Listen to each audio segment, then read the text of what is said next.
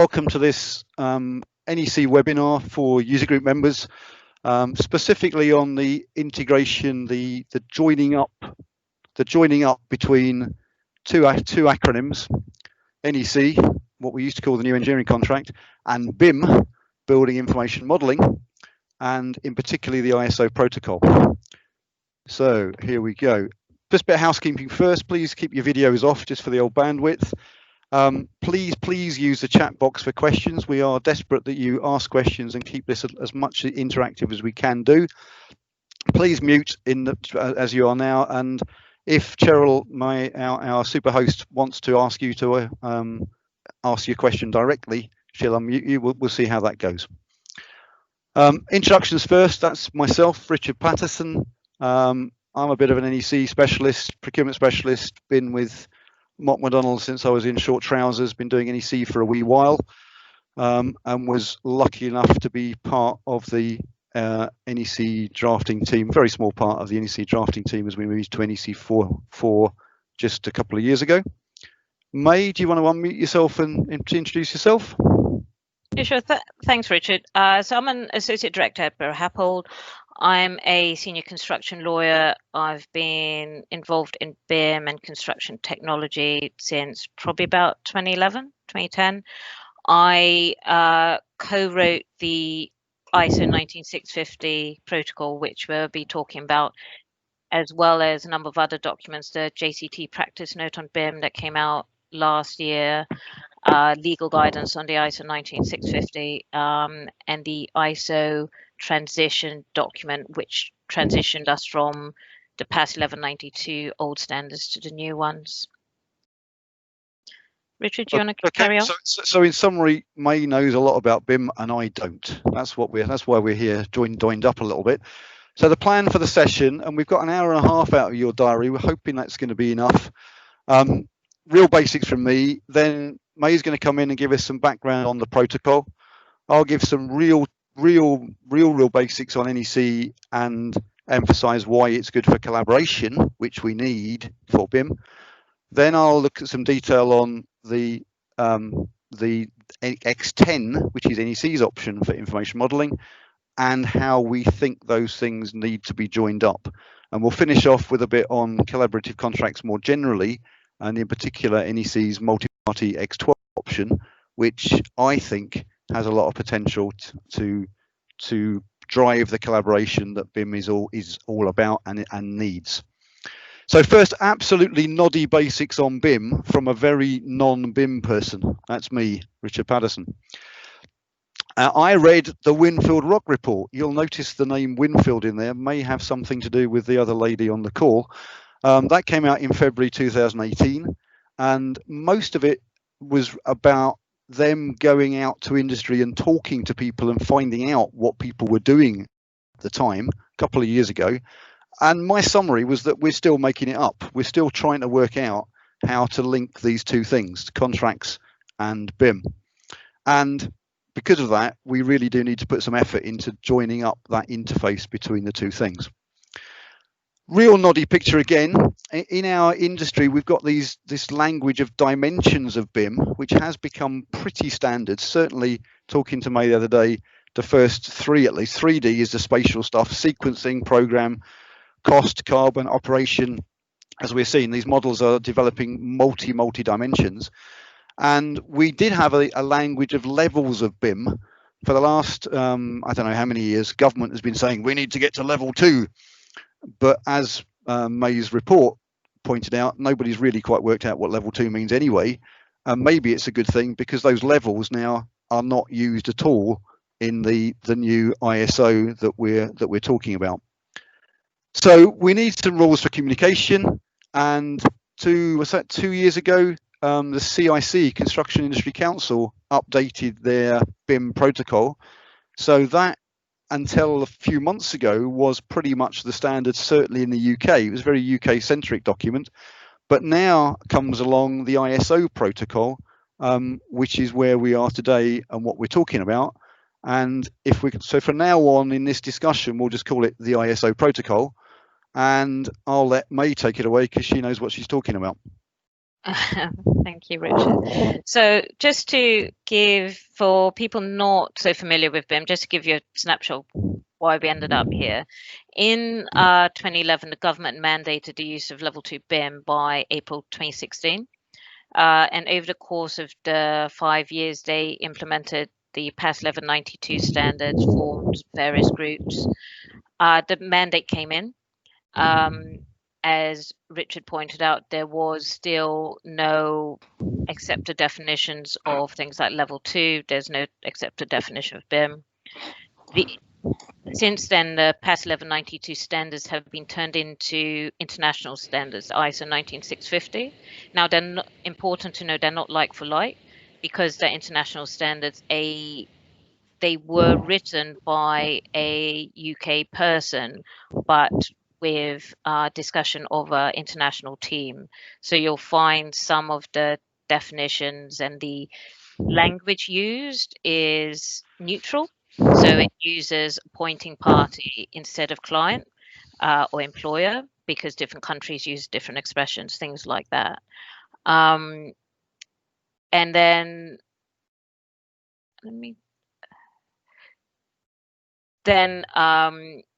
in where we are now, 2019, 2020, Richard, if you just click a... Sorry, carry just on. go along a bit. So what we've got now is, whoopee wow, here comes the protocol. Yeah, and so 2019, we, over the course of a year after the ISO came out, me and two others, Andrew Croft and Simon Lewis, wrote the ISO protocol, which seeks to implement the ISO 19650 Part 2, so the design and construction element of it. And it's a contractual document. Instead of the CIC BIM protocol, which predates it, you can add this into your contract and it implements all you need, if it, rather than just say you will comply with the ISO 19650. Next slide, please, Richard.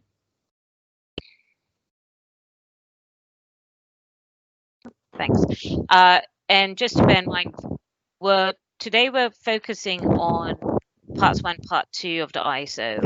So we're looking at the design construction aspect, but there is part 3 that came out recently, which is the asset management part.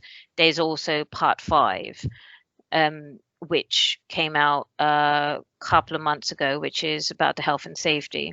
And you can find all these on the BSI website. They aren't free, I admit, but they are obviously very important documentation, and you'll find that more and more clients are requesting compliance with them. Next slide. Yeah, thank you. You'll recall I mentioned that there is a difference between the old standard of PAS 1192 and the new one's ISO 19650.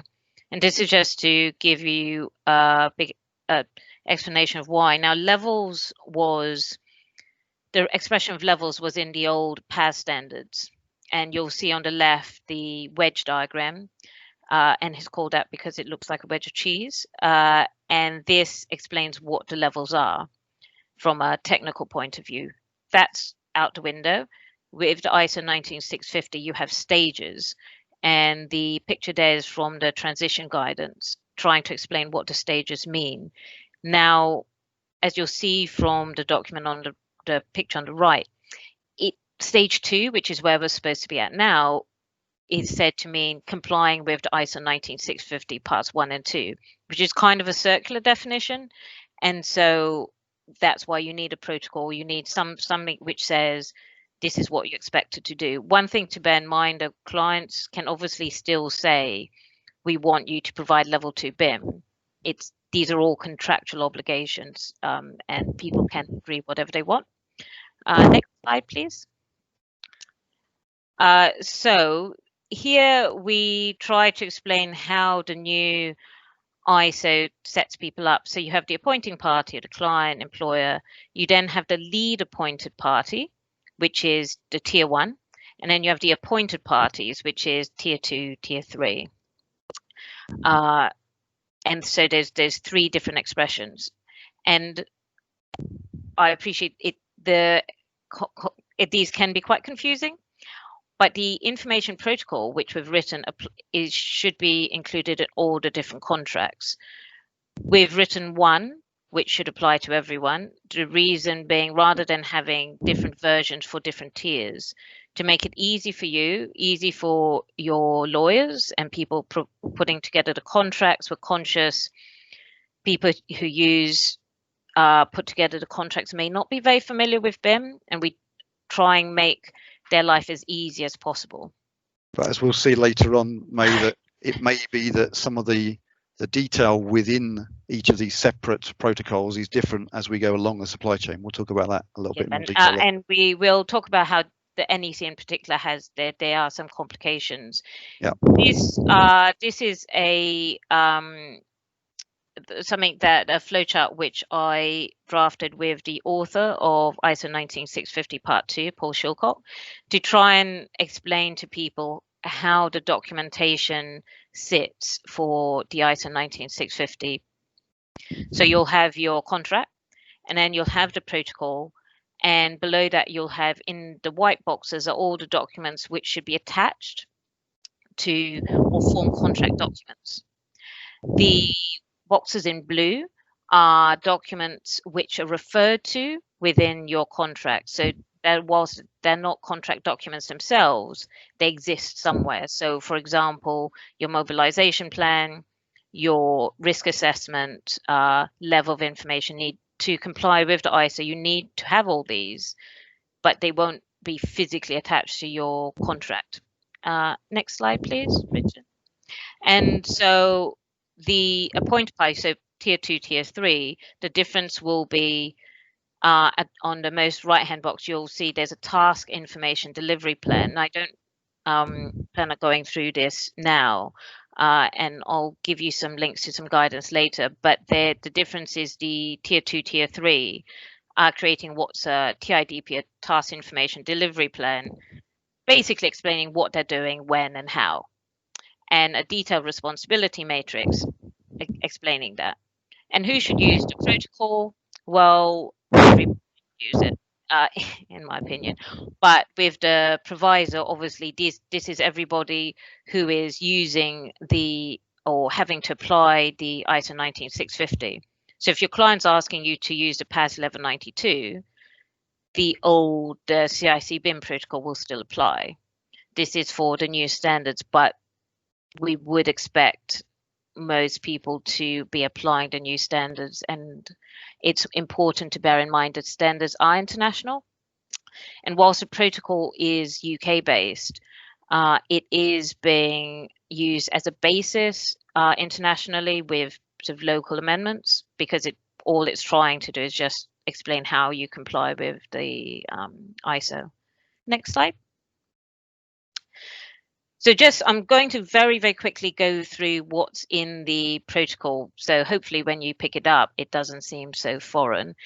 It is based on the CIC BIM protocol. It's an amendment of it. So if you're used to that, it won't look very unusual. The one thing that is different, though, is because it's meant to apply to all tiers, we try to find a neutral phrase for the two parties using the protocol, and you have no idea how many different versions of words we came up with. And the ones we settled on was the person appointing in the agreement is the appointer. The one being appointed in is the appointee. So say, for example, contractor appoints the architect, contractor would be the appointer, the architect would be the appointee, and so forth. You may also be, for purposes of the ISO, the appointing party, so client, the lead appointed party, so the tier 1, or the appointed party, so tier 2, tier 3. And I appreciate the expressions are quite confusing, and a lot of them are the ISO, so you can't blame us, but you do get used to it. Next slide, please. So one thing also is that the ISO 19650 Part 2 has an overall obligation to comply with a standard of BIM according to ISO 19650. So if you contractually have to comply with the ISO, you have to perform BIM according to ISO 19650. Now, what does that mean? It's, as I told the who wrote the phrase, I think it's clear as mud. So we have included a definition in the ISO protocol, which effectively says BIM according to ISO 19650 means complying with your contractual obligations. And that may seem obvious, but as with a lot of legal things, unless you say it, your understanding and the other party's understanding may be different, and you end up paying a lawyer a lot of money and spending a lot of time arguing about it. Next slide, please. The protocol, again, as I mentioned, to make it as easy as possible, there is, unlike the CIC BIM protocol, which had 2 appendices, and we've found that, and various people have told me what is happening is people don't fill in the appendices, and what that means from a contractual perspective is that the protocol is non-binding. To fix that, we have one cover sheet at the beginning, which sets out who everyone is in this agreement, where everything is, and it has a definitions at the back, which has a contractual definitions and the ISO definition, so what everything means. Next page, please. And this on the left is what the cover sheet or the information particulars looks like. So you'll see it effectively says the appointer, the person doing the appointing in this agreement, who is it, the appointee who's being appointed in this agreement, who is that party. And then it goes on to list all the different documents that are referred to in the protocol.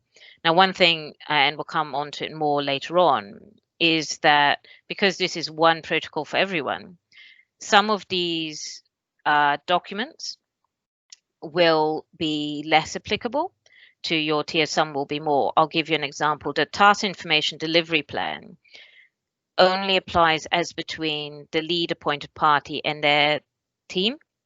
So the lead contract, the main contractor, and their design team, because it's how the design team are going to do their job. It will not apply as between the contractor and their client. But this is a exhaustive list of all the different documents. Some of them won't exist at the time you are signing your contract. Some will be incomplete. For example, the BIM execution plan by its nature is a live document. It will be partly complete when you sign your contract, and it will carry on being updated and included, additional detail included over the course of time. And we've allowed for that in the phrasing of the protocol. Next slide, please. And this is just to bear in mind that it's kind of like a checklist of what are the different documents that are referred to in the protocol, so you don't forget to either create them or include them somewhere in order to comply with the ISO standards. There's a link there to the UK, on the UK BIM framework. There's a very detailed series of standards and guidance on how to create all those different documents listed in the information particulars. So the task information delivery plan, the high level responsibility matrix, and so on. And I strongly recommend going and having a look at that if you have to do anything in regarding the ISO, just to familiarize yourself. They are meant to be very user friendly. They tend to be very short guidance, and trying to enable everyone to be doing things in a relatively standardized way. Next slide. So just very quickly going through again the actual content of the protocol. You'll find when you look at it, the first bit is just the legal bit that you see in all contracts. What's the interpretation? The second one part again is about resolving conflicts of information within the protocol. It's sort of the legalese bit of it, if you like. The third part is where the appointing party, so the client, has specific obligations in the ISO, and those have been put in there just make it easy for them to find. And part 4 is various detail about everyone's obligations. If you go to the next slide, Richard, thank you, and just you can run through, go to the end. And this is a list of what the obligations in part 4, which is probably one of the main parts. So what does everyone really have to do? So to take some examples, the ISO requires reasonable tests of methods and procedures to be carried out, and requires the lead appointed party to maintain a risk register, which we'll talk about more later on, and various other things. So there's specific things you have to do to comply with the ISO, and the protocol seeks to explain who should be doing it, when, who's responsible if it doesn't get done, so you don't have to argue about it later on. Next slide. After that, there's the common data environment is very important and is a key part of the BIM process, and it sets out who should set up the common data environment. And the ISO envisages that the appointing party, so the client, really takes control of the CD, and that's partly because of the case of Trant and MacDonald, which you can look up, where Trant and MacDonald had a dispute regarding access to the CD. So it's trying to clarify that and take lessons learned. Part 6 is the management of information. Again, BIM's all about information, and it's how does this information get exchanged? How does it get managed back and forth during the course of the process? Level of information need, which you're not supposed to shorten to LOIN, does not currently have a definition. The CEN in Europe are hard at work creating a definition, so watch this space. But in the meantime, it's what type of information, what detail of information does the employer need? So it's what it says on the tin. The employer should provide it, but if they don't, you should be agreeing it at some point, because it's really key to how the ISO works. Looking at the management of information section, if you just run to the end of it, these are just some examples of what it means about managing information. This all really is applying to ISO, so complying with the project's information standards, which provide by the client, just understanding how everyone's managing their information, exchanging it, archiving it at the end. Next slide. And just the rest of it, the rest of the protocol is things about how you can use the information. So copyright, GDPR, though it's important to bear in mind, the protocol does not take precedence over your contract. So where your contract as the NEC says it takes precedence, if it has specific clauses, those will apply instead. You then have transfer of information liability. Again, is linked to copyright. Security is very important given the amount of electronic information. The security clauses are compliant with the ISO 19650 Part 5, which came out recently, so you don't have to try and comply with both. It does incorporate the requirements into it. And then the last one is termination. What clauses are enforceable after termination? Again, a bit of legalese, which you often see in contracts. So when the contract's terminated, you still need things like copyright to apply. Next slide. And why does this all matter? Why can't you just say comply with ISO 19650? Well, that's because at the beginning of a project, you're all going to be friends and hold hands and walk into the sunset. But when something goes wrong, it will look more like this, and you will spend a lot of time and a lot of money arguing about what you probably meant when you talk to someone at the beginning of the project who has since moved on. Next slide.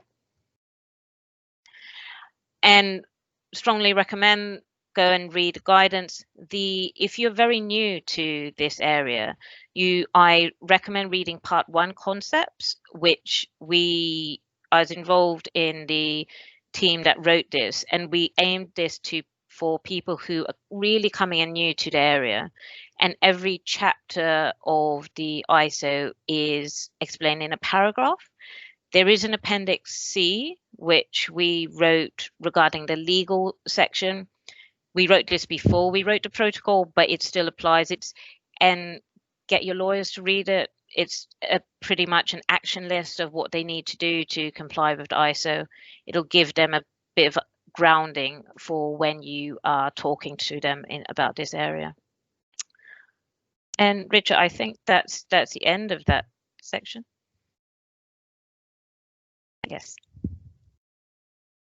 Thanks to Adam for telling me to stop heavy breathing into the mic, by the way. Much apologies. So real 5-minute overview on NEC basics, which for many of you will be no news at all, I hope, if you know NEC basically. Since I went to a presentation by a chap called Martin Barnes on NEC about 25 years ago, the NEC's principles have all been about flexibility, clarity and simplicity, and a stimulus to good management. And those are the overriding principles that still apply today, and they are good practice from a contracts perspective, but they also drive the collaborative behavior that we need to make BIM work. In terms of flexibility, picture I've used a million times, we've got core clauses in any NEC contract. Sorry, that's not true. In the big NEC contracts, that's the professional services contract.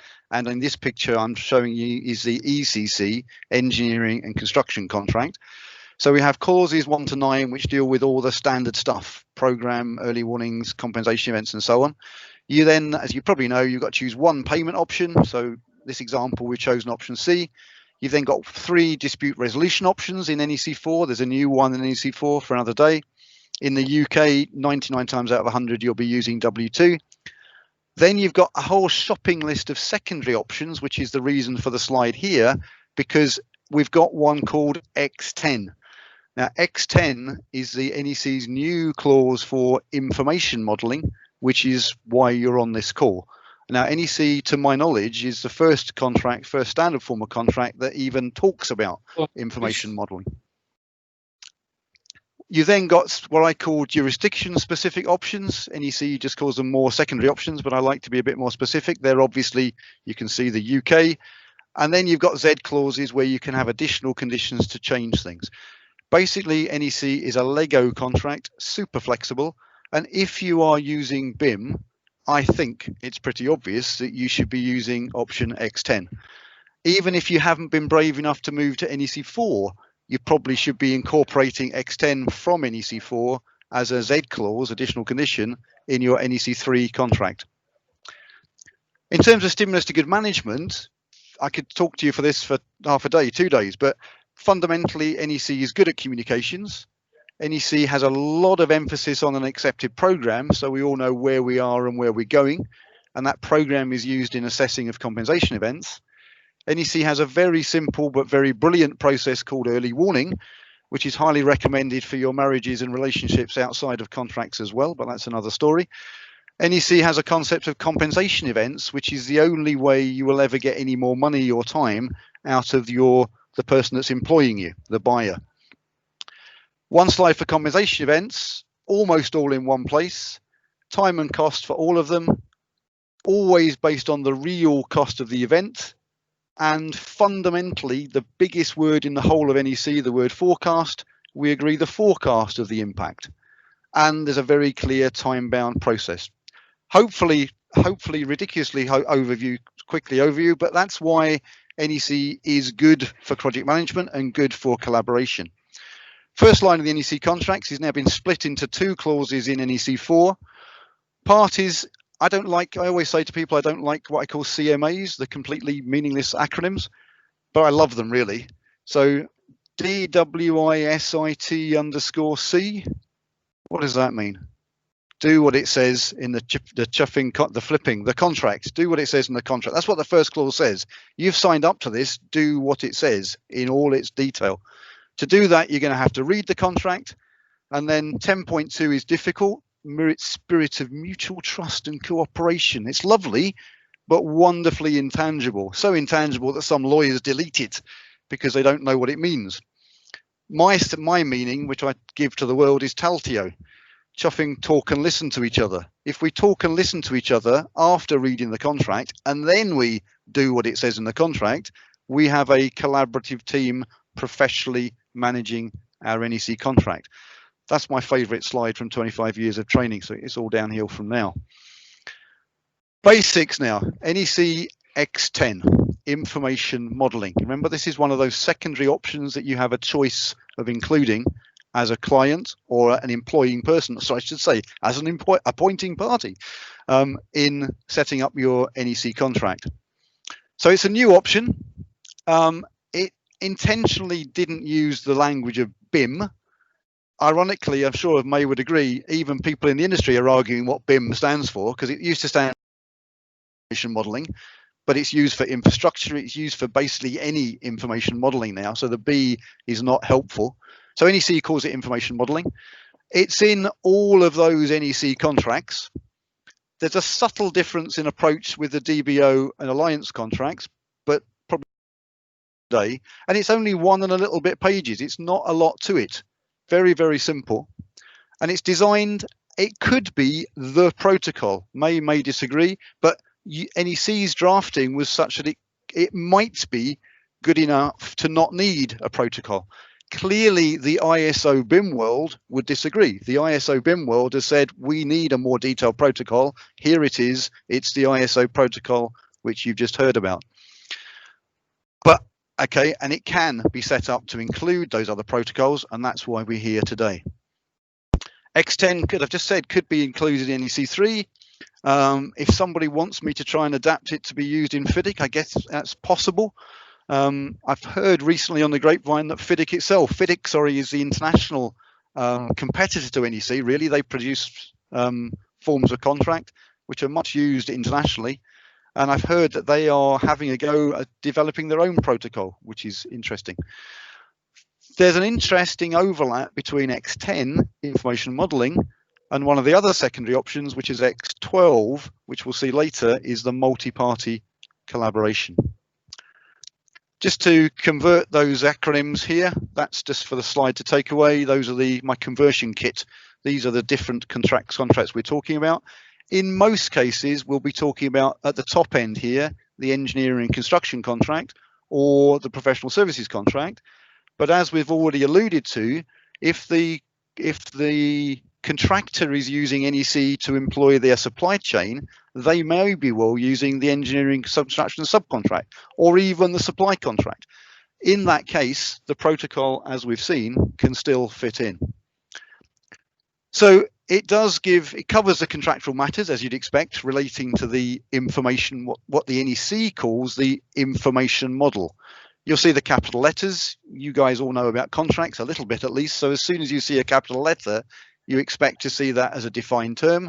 Information model is a defined term. It gives the client ownership of the project information. We'll see in a moment, that's the information which is submitted by the supplier to the, I'm going to use the language supplier and buyer just to confuse things even more, but that's the consultant or the contractor normally. The client owns this stuff. Nice pretty picture, I hope, to try and show how these defined terms fit together in NEC language.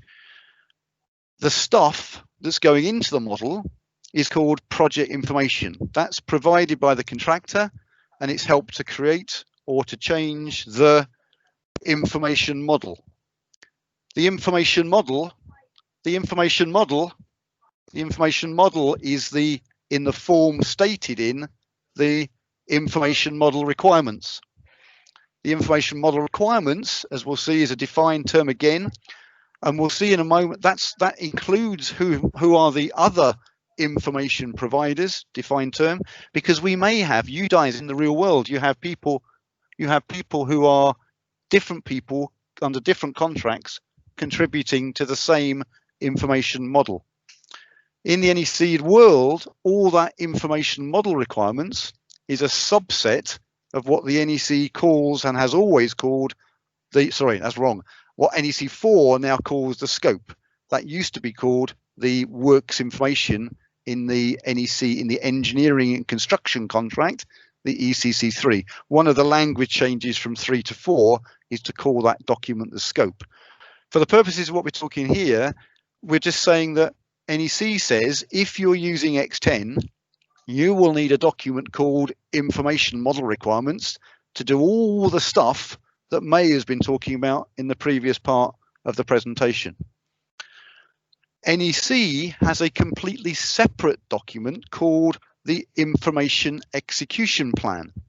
That document is not part of the scope. The scope comes from the client. The Information Execution Plan is a document derived by, created by, maintained by the supply side. NEC, you see my color coding here, the blue stuff is new to the X10. The I don't know what color is that, purpley pinky stuff is standard NEC language, which NEC people on the call will understand. NEC people on the call will know that the contract data part 1 in an NEC contract points to the scope. There's just an entry which says the scope is blank. You fill it in. NEC people on the call will know that the accepted program may be included in the contract at day 1. If not, it's required to be provided by the contractor within a stated period of time. That's why I'm showing these lines as dotted in here, because it's an option for the client. You may or you may not want a program in place at day 1.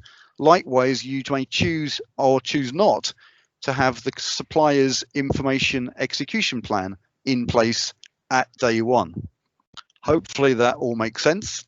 Happy to have questions. So the information modeling requirements, this is the bit within the scope, and the references to that from X10 are as follows. It has to say how the contractor collaborates with other information providers. It has to say the form in which that project information is to be submitted. It has to show any specific requirements or constraints for how the contractor develops their information execution plan. And it also has to set out any limits on client ownership of the information model and indeed contractors' rights over the project information. This is where some lawyers have a problem, because we're asking the person writing the information model requirements to start saying things about intellectual property rights. Some people have a problem with that, but that's just the way NEC structures the document. The information execution plan, remember that's a document coming from the contractor. That's their plan for how. Strong advice from me is leave the when to the program. The how, sorry, the when is how we're doing things. That's what the contractor shows when they are planning to deliver things in the program. Somewhere in the document, as we'll come to later though, we have to say when things are required to be provided. We'll come on to that in a moment. The information execution plan should be the how. To my mind, is like the method statements for doing BIM effectively are within the information execution plan.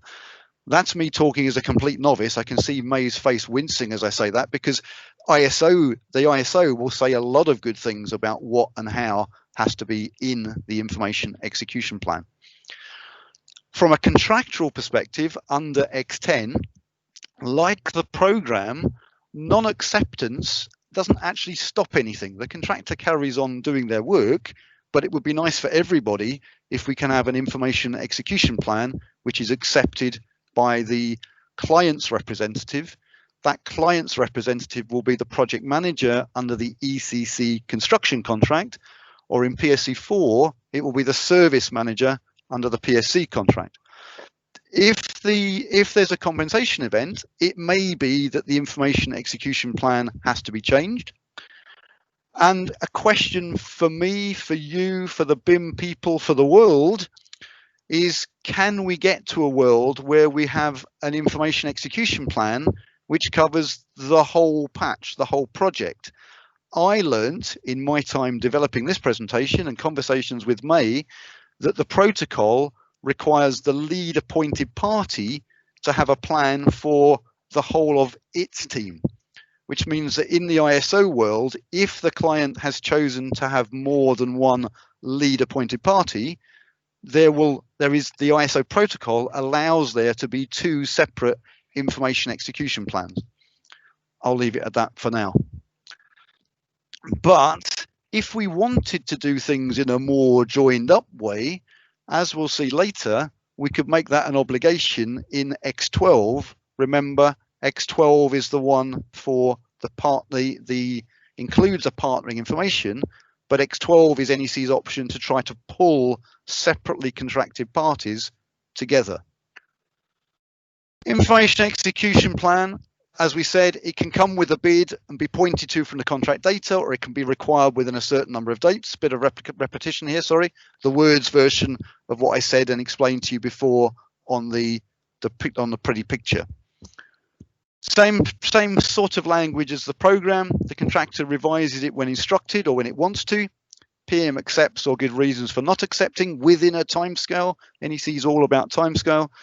And like the program now, detail here, if the PM doesn't respond to a revision of the execution plan, the contractor can say, "Oi, you haven't responded. You're supposed to come back in a couple of weeks."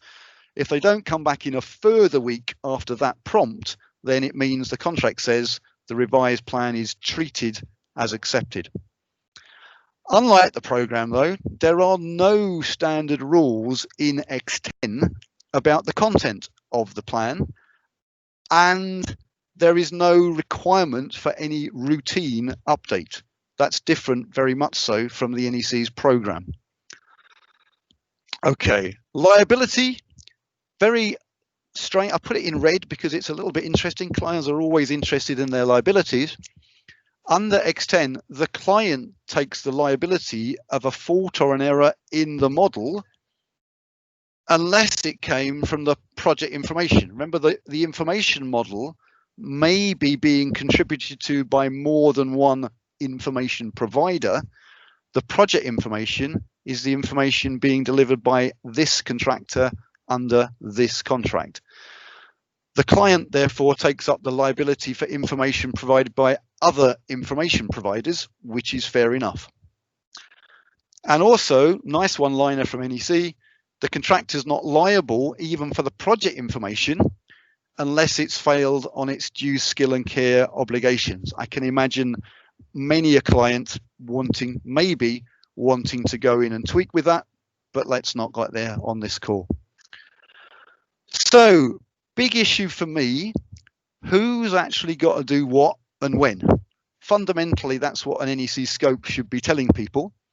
And slightly unusually, NEC's got no specific place in the document to say that. There is no specific table to say what we want from who and when.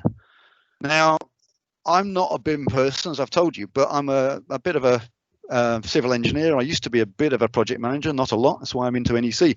But it seems sensible that we should have a nice, clear document saying what we want from when and who.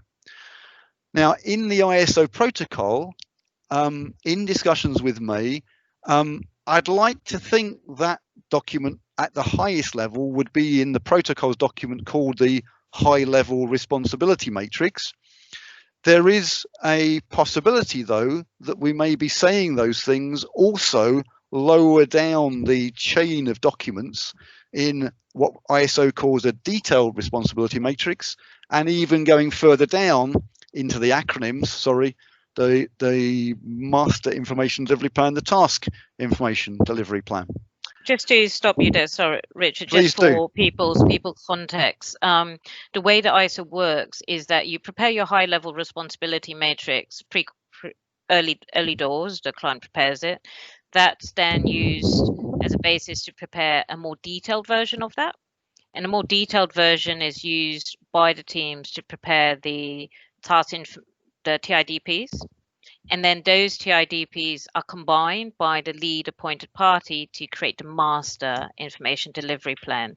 So they all kind of, what you're effectively getting is a more and more detailed, accurate version of a responsibility matrix. So that just to give people context of how all those documents relate to each other. Okay, thank you for that. And again, my point with X12, maybe we can pull them together across the contracts. Come to that later. So that was what I've given you is NEC 5 minutes, why it's good at collaboration. Hopefully I've given you how NEC works X10. Now the crux of where we are today is how we bring these two documents together. That's the protocol. We've given you a link to it there. It's a freebie online. Go and read it. Good bedtime reading. And then very shortly afterwards, NEC came out with its guidance practice note on how to stitch NEC together with the ISO protocol. Again, it's a freebie on the NEC's website, and it's only 3 pages long. It's a fairly light document. What you need to do, like everything else, you need to read the contract, which means you need to read this ISO protocol. And what the document does, and this is just you can almost see it, it's just a reprint of what this model scope entry says. NEC says, put this in the scope. It says, tell everybody what the protocol is, and then say the client and the contractor comply with the protocol because that's what we've signed up to do. And then NEC says the information model requirements are square brackets. You're going to have to do some thinking. Identify those documents that you want to form part of the information model requirements. See further details. The further details are coming out really in this presentation. So the key thing is that we've got to tell the contractor what we want them to comply with in the scope. Remember, that's the scopes. NEC, I haven't said this, but the simple clause in NEC says the contractor does what it says in the scope. So the scope is a doing document. So we need to populate that with what we want. And just to be clear, if we're using this entry for a consultant, clearly we won't want the word contractor in there. We'll have to change the word contractor to consultant, maybe subconsultant, and so on. We need to think about that to make it right for your contract. Oh, and then we've got the translation language. One of the problems with BIM is its language, and we've got different languages all over the world for BIM. So what NEC has had to do is say, this is what the word is used in the protocol. This is in May's ISO protocol that we've heard about this morning. Sorry, guys, but this is what we call it in the NEC. And it's just a clear guidance as to what those people are. And then a very important one-liner, which I missed the first time. Any notice, instruction or acceptance given by the appointor has to be given by the project manager in NEC. So in NEC language, the project manager, who is the person driving the contract and making decisions and doing changes on behalf of the client for the NEC contract, that's the project manager, and they are in charge of the process of doing the things required under the protocol. What may be appropriate, and we haven't put this on the slides actually, I've only just thought of it, it may well be that it's appropriate for the project manager to have a specifically appointed delegate within their team to get seriously involved within the BIM team and act as that role on behalf of the project manager as a delegate to the project manager. Again, language is going to have to change if we're using this for contracts other than the ECC. I should have said this presentation is based on the ECC, Engineering Construction Contract. That's the main construction contract in the NEC suite. So stitching it together, clearly we've got to make sure that the information particulars in May's protocol at least addresses the things that the X10 says the information requirements must cover. And I've just repeated those. We saw those on a previous slide. Now, I'm pretty sure that anybody preparing information requirements who knows what they're doing with the ISO, that those things will be covered in the documents required by the ISO. But it's up to you to check, because you're responsible for putting this NEC document together. So now going back to my pretty picture, which you remember from before, what we're saying is that we've now got X10 plus the ISO protocol, and we want that to include the information modeling requirements. That's the NEC's language. But what we want as information modeling requirements surely is some of the protocol's information particulars. You've really got to get your head around these defined terms. It's quite hard. well, it's not hard, but it's just potential for confusion. The information particulars, if you've been listening, is the term used in the protocol. The information modeling requirements is a term used in the NEC language for X10. That's what we want it to do, I think. In this discussion, and this is perhaps controversial, but we'll see how we go, because we've got a statement saying in the scope that we have to comply with the protocol, I think there is a potential confusion that we're trying to incorporate the whole protocol with all of its information particulars into the scope. So that's something that we might have to look at. I think we need to make sure we are very clear about which parts of the information particulars we have in our NEC contract, which is where we come to now. That's the great long shopping list from May's document. That's the front page of the ISO protocol, where, if you remember, May was saying some of these documents will be included. Some of them actually get developed as we go through the procedure. The issue from a contract perspective is that if you put them in the information modeling requirements and then you change them, then that will trigger a compensation event. So you're clear about what you want to trigger a compensation event. My code on the picture here is that the red is normally from the client, the black is normally from the supplier, but even that might be different as we go along the supply chain. The green one is a risk register, which the protocol has put into the information particular requirements. So that's where it is. That's what we've done. That's where it is. It's a little bit odd from an NEC perspective, but I think we would definitely not want that risk register into our NEC information modeling requirements. Like I've said, you've got to be clear about which bits you want in your information particulars. It might be different along the supply chain because, as I said, if it is included and then it's changed, you'll be having to manage a compensation event. One thing I would say there is that the way, again, going back to the fact the protocol is drafted to apply to different tiers. If you are say you're an appointed party rather than lead appointed party, there will be certain documents that don't apply to you because you don't have active obligations within the protocol regarding them.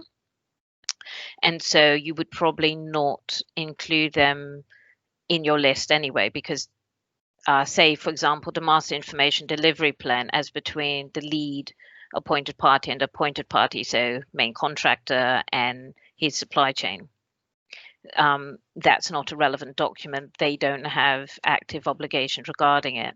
So that's just, so bearing in mind what Richard has said about compensation events, it's important to turn your mind to which of those are relevant documents to you. And whilst the protocol does that anyway, you don't want to just include all of them for the sake of it. Okay, so the point we're making here, and this is probably the crux of the whole presentation, to be honest, is we need to have some serious thought about which bits of the information particulars you want as a scope requirement in your NEC contract. Might be a good idea to have a look at the guidance that's been written. Part of May's team and May's contact space, at least, in developing for the BIM framework is a specific document on developing those information requirements. Going back now to the execution plan, this is what NEC calls the information execution plan, what the protocol calls the BIM execution plan. From the supply side, can't be unilaterally changed by the PM. And that's why I think it's not right to have that in the scope. If it is in the scope, then we can unilaterally change it, but you'll have to think about it.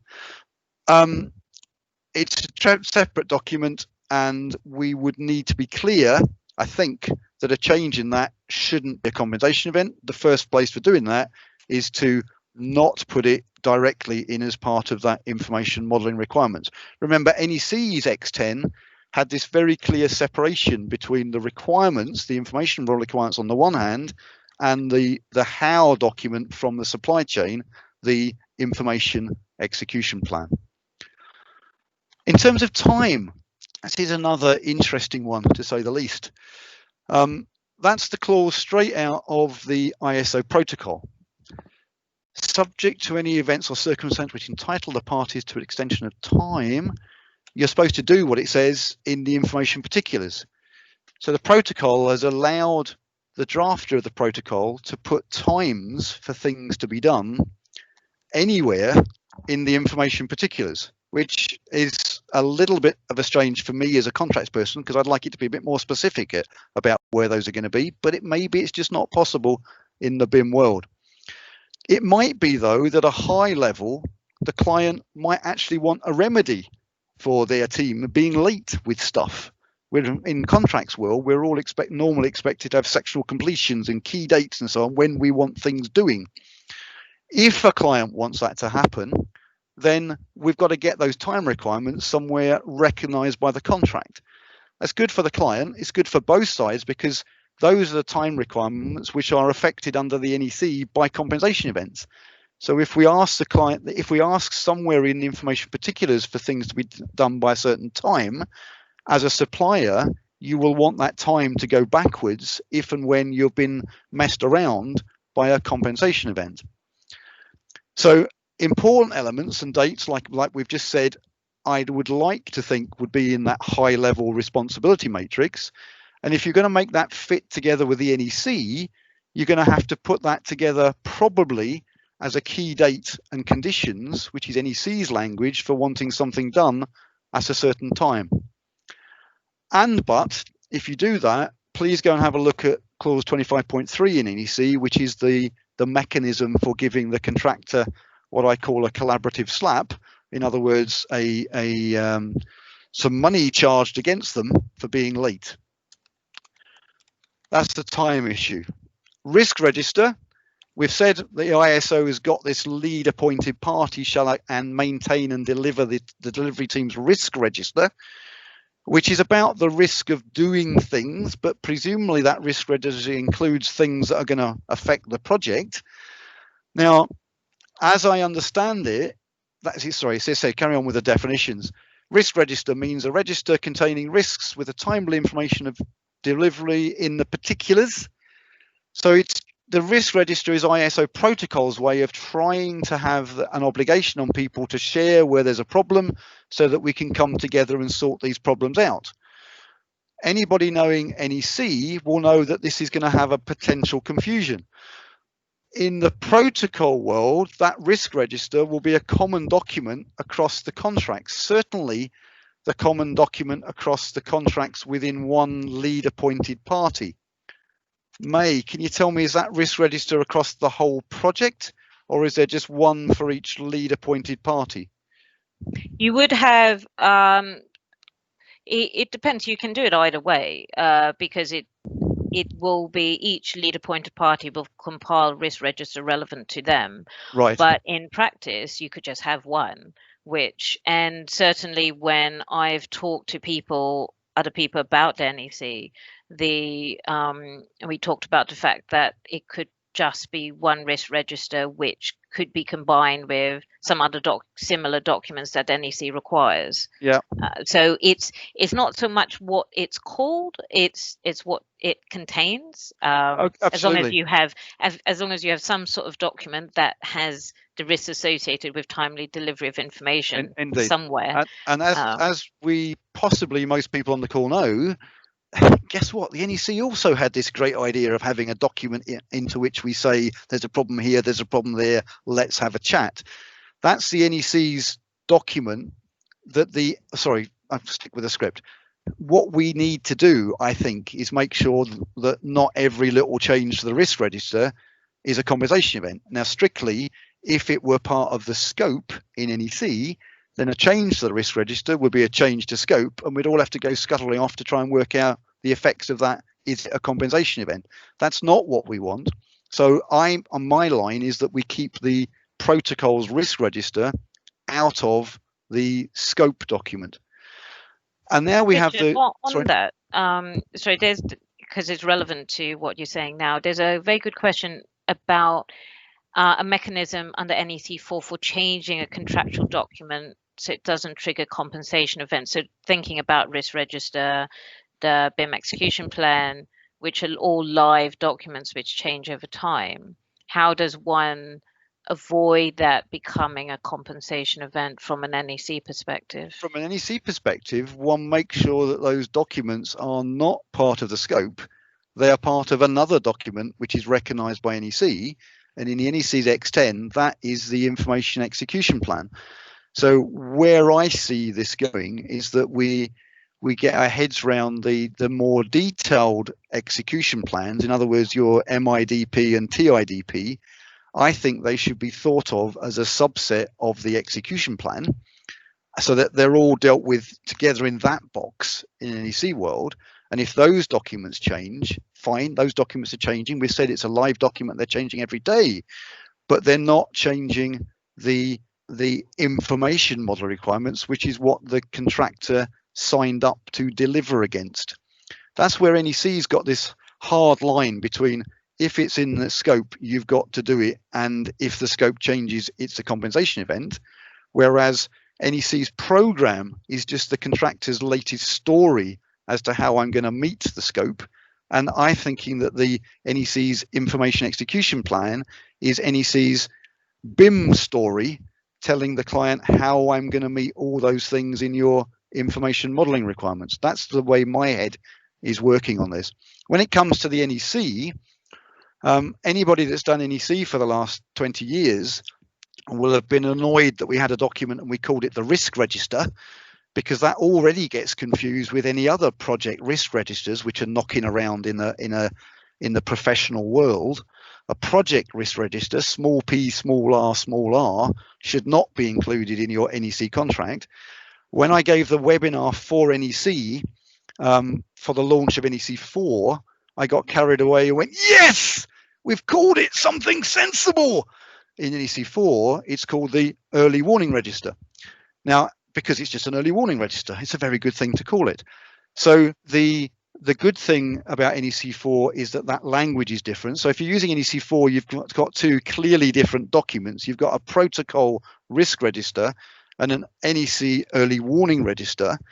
The thing is, under NEC standard, we've only got one early warning register. I should say the other way around. We have a separate early warning register for each contract.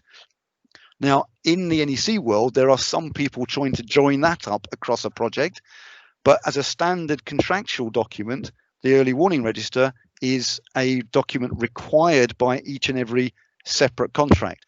Now, because that NEC early warning register is one for each contract, and because the protocol risk register acts across contracts, I think, at least as we go forward with this, let's start off by keeping those two documents separate. That's my recommendation.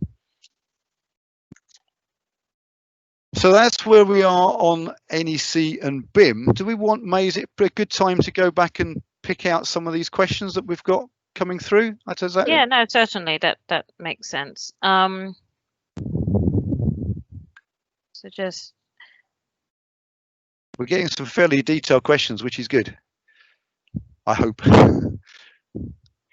One of the things is about the use of X10 and whether how often it should be used. Is it only where people are exchanging graphical models or BIM models, or just information management generally? Now, my suggestion of that is the ISO 19650 only mentions BIM, I think, 14 times. It's about information management rather than the modeling, rather than the 3D models, and better exchanges of electronic information. So that's the intention of the ISO, rather than just limited to 3D models. So that from an ISO perspective, certainly it's wider than the 3D modeling. Because the basic, I mean, as I understand it, obviously the ISO is by people who have realized that information is critical in our world, and the information exchange is what we do all the time. So I guess the question is, do we need, there's two questions. Do we have to use X10 if we're using quotes BIM? My answer would be probably yes.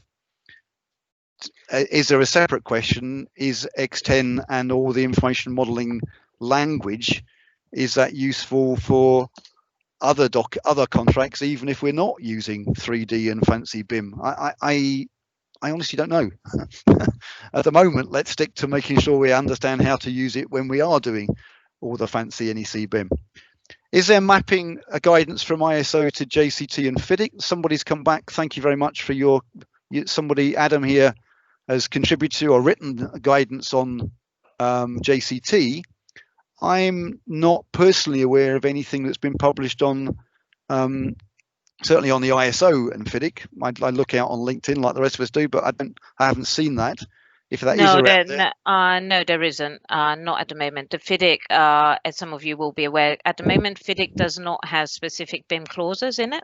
Yeah. My understanding is they are preparing a protocol or some terms specific to BIM, but there hasn't been a specific timeline for that. So at the moment, if you're using FIDIC, you do need to add stuff to it. Which is a lot of people making it up as they go along, which is quite scary. Adam's with the NEC, obviously, with the NEC, that's what the guidance notes. That's what we're trying to do, and that's why we're here. Adam's come in with a question: does the ISO or NEC help make data like the EIR, like the AR? Does it make it contractual? Well, yes, it does make it contractual if you put it into the information modeling requirements, which is what we've just been talking about. In the previous CIC BIM protocol, the drawings took preference. I'm guessing that was precedence, and compliance with the EIR was really hard to enforce. Simple answer is, if you put it in the scope, it's a contractual requirement, and then it's up to you as to how much effort you put into making your supplier do what they've been told to do, basically. If the information execution plan is a live document, then it cannot be contractual. How then is this document referred to, handled by the NEC contract? That came in from Stephen Hugh. The answer I think I've tried to explain is that the information execution plan is very certainly a contractual document. You may choose to actually point to it from your contract. The contractor has to do things as he's promised to do, but it's their story, and they can change their story tomorrow. If they've made a mistake in the information protocol, in the information execution plan, the supply side can change that. And as May has come in, very simply, these live documents can be contractual. The difference, the key thing here is, are they in the scope? And then if they are in the scope, are we happy that every change in the scope is going to trigger the right to the contractor to have a compensation event considered? Now, of course, the issue here is that, remember in NEC that if there is an event which is a compensation event, it doesn't automatically mean time or money for the contractor. All it means is the obligation on both sides, project manager and contractor, to sit down and decide if there is a time or money obligation.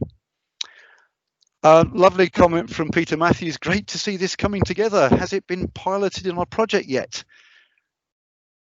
I don't know. Somebody tell me.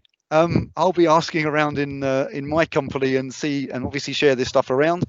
But this is the way things are going, and it's been genuinely fascinating for me for the last couple of weeks, having these discussions with May, trying to put this thing together, because it is, we like to think, moving things forward a little bit. I think one of the things that our industry doesn't do enough is exchange information with each other. They need a protocol. That's what they need, mate. They need a protocol. But if people have good and bad stories of their experiences, do share them, because particularly with the protocol, it is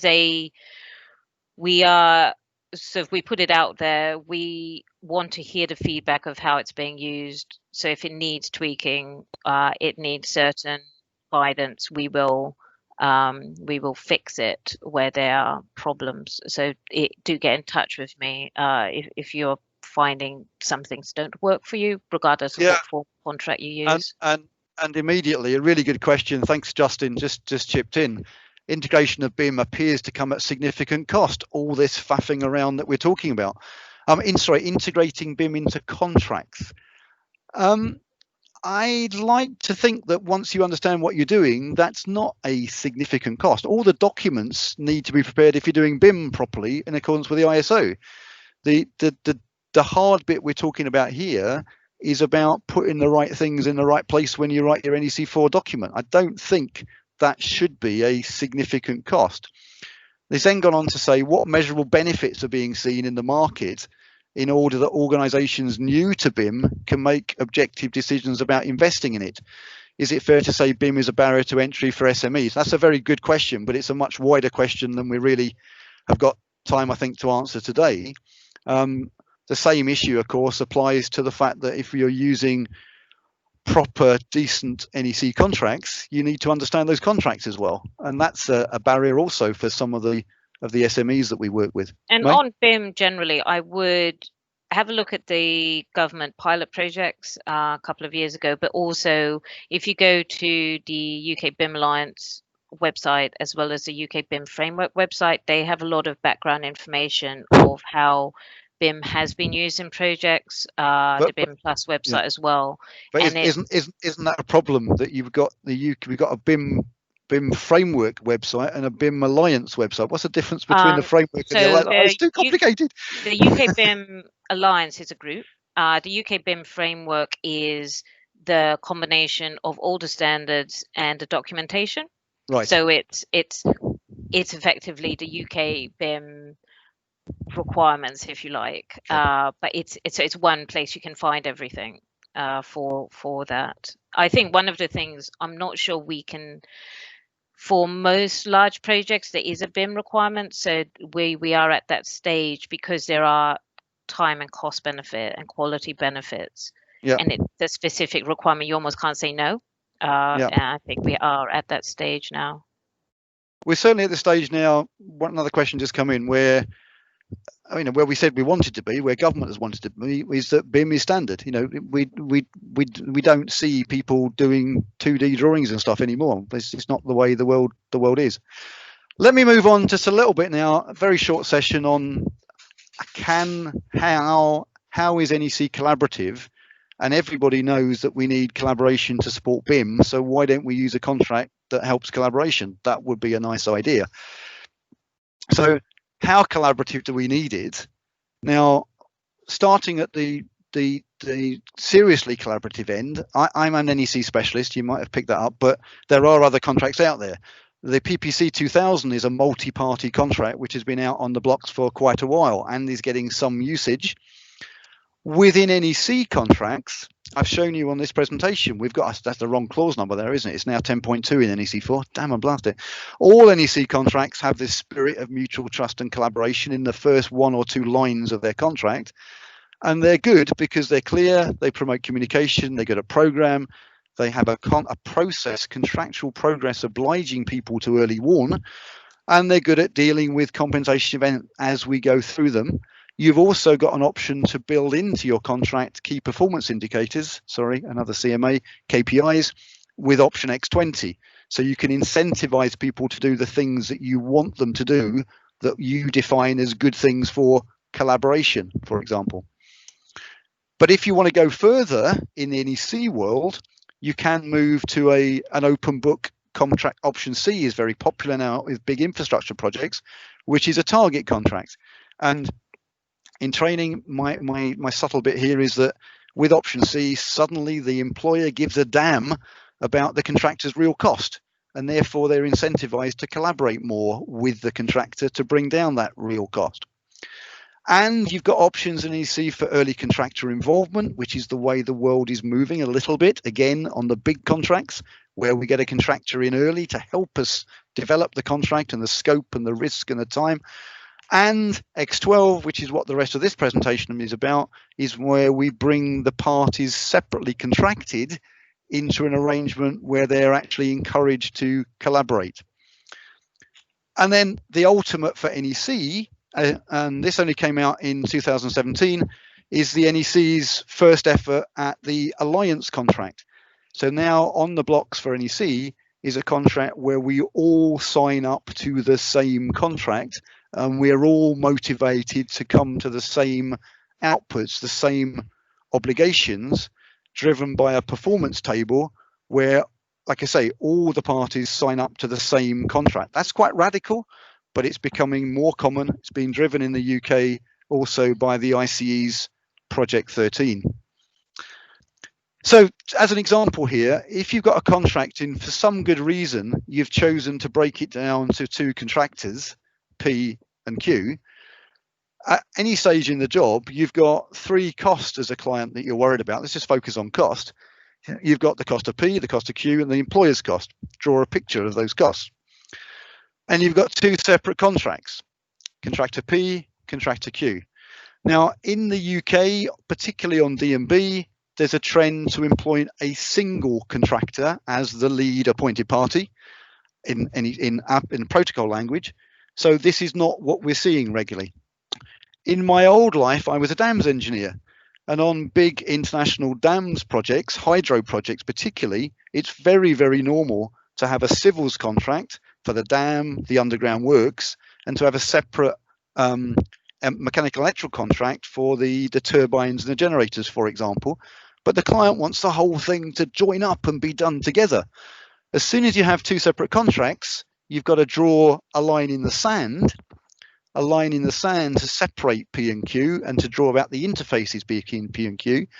But we all know, we've all been around the block enough to know that that line in the sand can sometimes become a 6-foot high barrier to collaboration.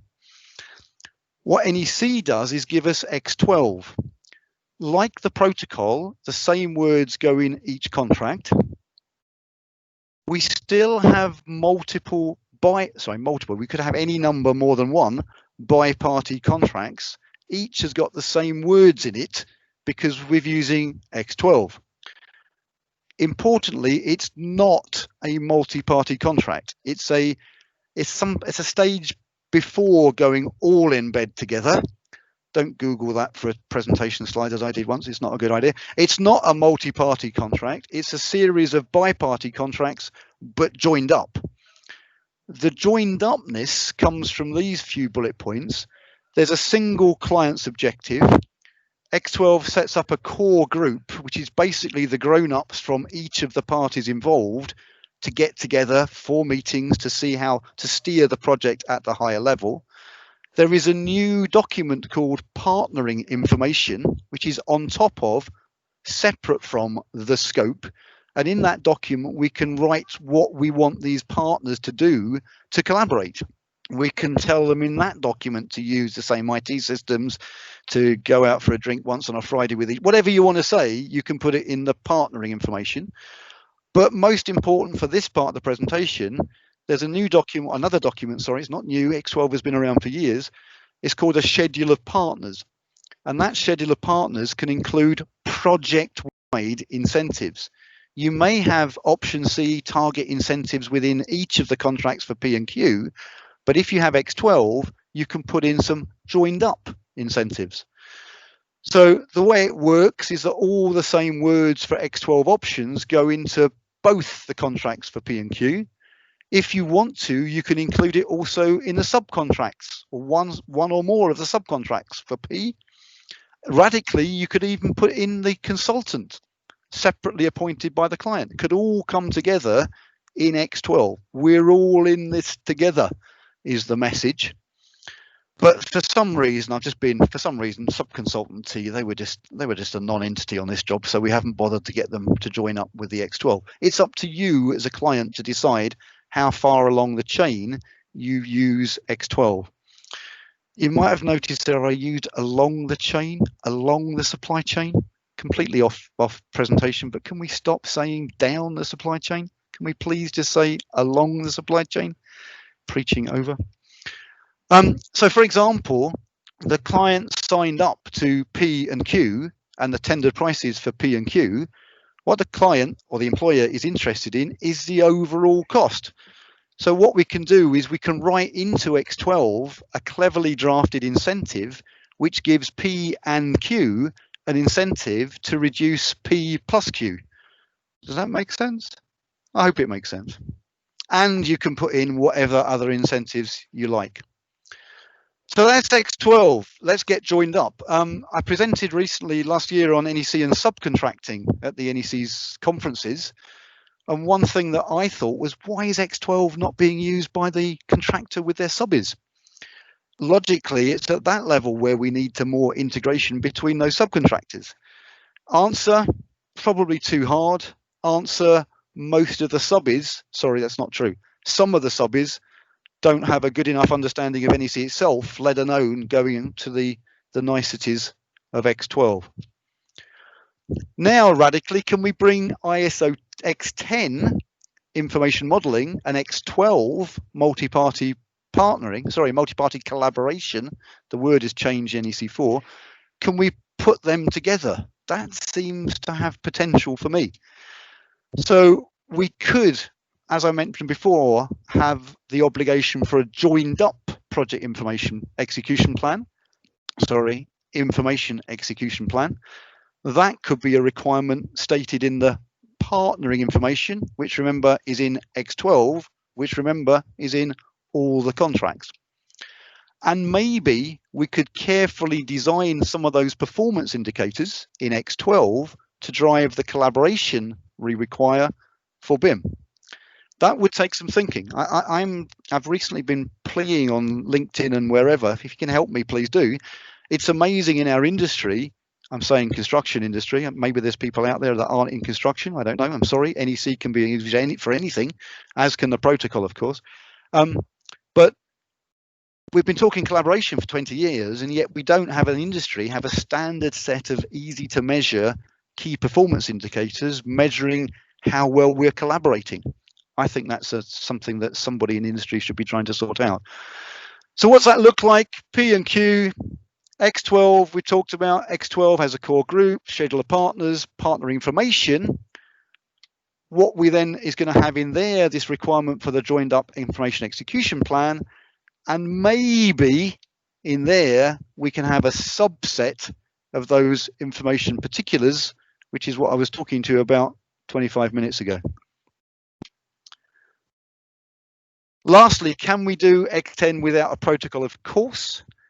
Well, the NEC's guidance note previously for the CIC protocol suggested that the protocol, that was a CIC one, includes some other bits and pieces which aren't covered in X10, listed on the slide here, and therefore suggested to users that if you didn't use a protocol, you might want to come and stitch together some other elements in your information model requirements to make sure these things are covered. Now, I think May will correct me, but I'm pretty sure that all of those things are covered in the new ISO protocol. And the way the world is going, we hope, is that we now have an ISO badge standard for BIM protocol, and let's work on that. If it needs a tweak, if it needs a change, feed it back, but let's try and get the world, this is getting enthusiastic here, but let's get the world using the protocol, using it properly. And because I'm totally biased, let's get them using it alongside the right NEC contracts. That's pretty much where we are. So we've bored you to death for 1 hour and 25. I'm sorry. What next? Digital Build Britain is the government sponsored arrangement for how we are doing stuff with digital build, obviously. General swing in the industry is more focused on whole life cost and FM. Must be a good thing, because don't forget, we're all trying to save the world as well. You remember, we've got to keep the carbon down. There will be, I think, more DBO, design, build, operate contracts. NEC's got a contract for that as well. And generally, I think the industry is pushing towards, particularly for the big projects, there will be more multi-party contracts. There are others out there, and there is the NEC Alliance contract. And what I've given to you in the last half hour is how we might go halfway to that with the NEC's X12. Moving forward, a quote here taken from May's report, the Winfield Rock report. The only way you can go forward on serious BIM levels, don't forget the levels don't exist anymore, sorry, is some form of alliancing, some form of collaborative arrangement so that our contracts drive collaboration rather than just set up barriers. Maybe it's X12 or maybe the NEC Alliance contract. Few takeaways, links and stuff that May's put in to update things. She points out here, rather than repeat it, the Winfield Rock report, her report from Feb 2018 now, That has got a very, very good bibliography of what's going on in BIM. Top ones, though, as we've just talked about, probably keep in touch with the BIM framework and the BIM Alliance. Also, if you're interested in this, and you must be interested in this, otherwise you wouldn't still be with us after an hour and a half, take it further. Join BIM for Legal. That's a non-partisan, individuals only. Join up if you're interested. May, am I right? Yeah, if you're interested, you can either email me directly. We're on Twitter at BIM for Legal. You can email bimforlegal@gmail.com. Any of those. We hold events. We post things that are relevant. Get yourself involved, because as you can see, it is changing. That's why it's exciting to me. Things are moving and developing, and you guys on the call, you are part of that. My summary for this whole presentation: it's moving as we learn. I think after an hour and a half with May and myself, you probably know more about NEC and BIM than most people in the industry. Slightly over-egging my ego here, but I think that's probably true. And as May has said, what we need to do is for you to tell us how you've made this work, and be honest about, tell us where you've had problems with it and where it hasn't worked, because that's what we all need to learn from. Sales pitch from NEC, very nice book from ICE, Thomas Telford. Sorry, it's not Thomas Telford, shock horror, ICE Publishing. That's I don't know what the date is on that, but I think that's a very up-to-date book, and hopefully May would say that's worth a read as well. BIM in principle and in practice. Like we say, it's a moving effort.